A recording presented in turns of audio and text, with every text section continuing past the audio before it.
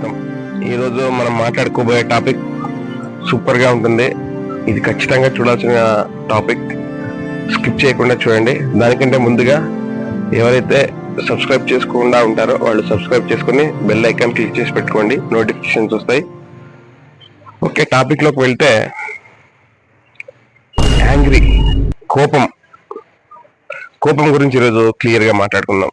కోపం వల్ల జరిగే నష్టాలు, కోపం వల్ల జరిగే ప్రాబ్లమ్స్ అన్నిటినీ క్లియర్ గా తెలుసుకుందాం. యాంగ్రీ, కోపం, ఇది ప్రతి ఒక్కరిలో ఉంటుంది. చిన్న పిల్లవాళ్ళ నుంచి పెద్దవాళ్ళ వరకు ఉంటుంది. ఎందుకు వస్తుంది ఈ కోపం ప్రతి మనిషిలో అంటే, కోపం రావడానికి మెయిన్ రీజన్, కోపం తెచ్చుకునే వాళ్ళు అనుకునేది ఏమంటే, ఎదుటి వ్యక్తి నాకు కోపం తెప్పిస్తాడు, కోపం తెచ్చేటట్టు ప్రవర్తిస్తాడు, లేకుంటే నేను నార్మల్ గా ఉండేవాడిని అని అనుకుంటాడు. కానీ కోపం తనలోనే ఉంటుంది, తనే క్రియేట్ చేసుకుంటాడు. వాళ్ళు ఒక ఎక్విప్మెంట్ మాత్రమే తన కోపం రావడానికి. తన బాడీలోనే ఉంటుంది అనమాట ఆ కోపం. కానీ అతనికి తెలియదు, వేరే వాళ్ళు నేను చాలా కూల్ అండ్ గుడ్, నన్ను వాళ్ళ కోపం వచ్చేటట్టు వాళ్ళు మిస్బిహేవ్ చేస్తున్నారు, అందుకే నాకు కోపం వస్తుంది, వాళ్ళే రాగా నేను రైట్ అనే మైండ్ సెట్ తో ఉంటారు అనమాట. ఈ కోపం వల్ల కలిగే నష్టం ఏమంటే, మనకే కోపం వల్ల ఎప్పుడు చిరాగ్గా ఉండడము,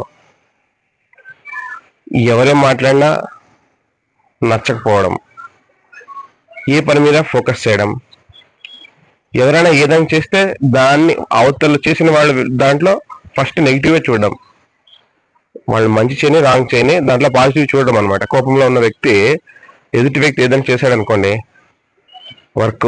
ఆ వర్క్ లో వాళ్ళు మంచి చేస్తున్నారా అవన్నీ చూడరు, ఫస్ట్ నెగిటివ్ గా చూస్తారనమాట.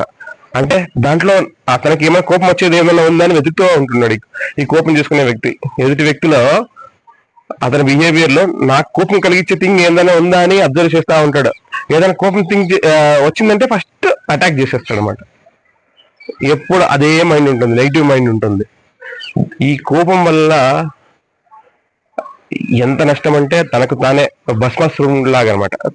తనకు తానే తల మీద చేయబెట్టుకుని ఎట్లా భస్మం అవుతాడో, ఆ కోపంతో ఆ వ్యక్తి అలాగే భస్మం అయిపోతాడు. ఆ కోపం వల్ల అతని ఫేస్ గ్లోనెస్ పోతుంది, ఎప్పుడు ఒక రకమైన మూడీనెస్ ఫేస్ ఉంటుంది. 20 ఏళ్ళకి 30-40 ఏళ్ళ వ్యక్తిలా కనిపిస్తారు.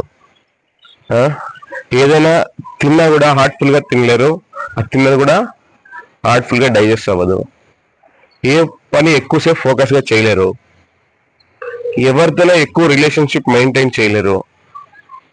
ఇవన్నీ ప్రాబ్లమ్స్ వస్తాయి అన్నమాట. సో మనం చేసే బిజినెస్ లో కానీ, వర్క్ ప్లేస్ లో కానీ, ఇంట్లో కానీ ఇలాంటి వ్యక్తులు మనం ప్రతి క్షణం చూస్తూనే ఉంటాము. సో ఇలాంటి కోపాన్ని మనం ఎలా కంట్రోల్ చేసుకోవాలంటే, చిన్న చిన్న టెక్నిక్స్ ఉన్నాయి. ఆ టెక్నిక్స్ ఫాలో అయితే ఖచ్చితంగా మీ కోపాన్ని మీరు కంట్రోల్ చేసుకోవచ్చు అనమాట. ఆ టెక్నిక్స్ చెప్తాను చూడండి. ఇప్పుడు ఫర్ ఎగ్జాంపుల్, ఎవరితోనైనా ఆర్గ్యుమెంట్ చేస్తూ ఉంటారు, వాళ్ళతో కోపంగా మాట్లాడుతూ ఉంటారు. మీ సుపీరియర్ అనుకోండి, అతను చాలా కోపంగా నీ మీద అరుస్తూ ఉంటాడు, నీకు కూడా కోపం వస్తుంటుంది. కానీ అప్పుడు ఏం చేయాలంటే, అతని కళ్ళల్లో కళ్ళు పెట్టి చూసి మాట్లాడకూడదు. అలా చేయడం వల్ల ఏమవుతుందంటే, అతను చెప్తా ఉన్నప్పుడు మనం అదే పనిగా అతను చూసినప్పుడు ఆ వర్డ్స్ కి మనం రియాక్ట్ అయినట్టు ఉంటుంది అనమాట. అప్పుడు ఆ రియాక్ట్ వల్ల ఇంకా వాళ్ళు ఎక్కువ చేస్తారనమాట. కోపంతో మన ఎదుటి వ్యక్తి మాట్లాడుతున్నప్పుడు సైడ్ చూసి మాట్లాడండి, ఆ వర్డ్స్ కి రియాక్ట్ అవ్వద్దండి. మాక్సిమం అయితే ఆ ఆర్గ్యుమెంట్ జరుగుతున్న ప్లేస్ నుంచి కొంచెం దూరం వెళ్ళిపోండి, ఒక 10 minutes. లేకపోతే ఏవైనా కూల్ వస్తువులను తాకండి,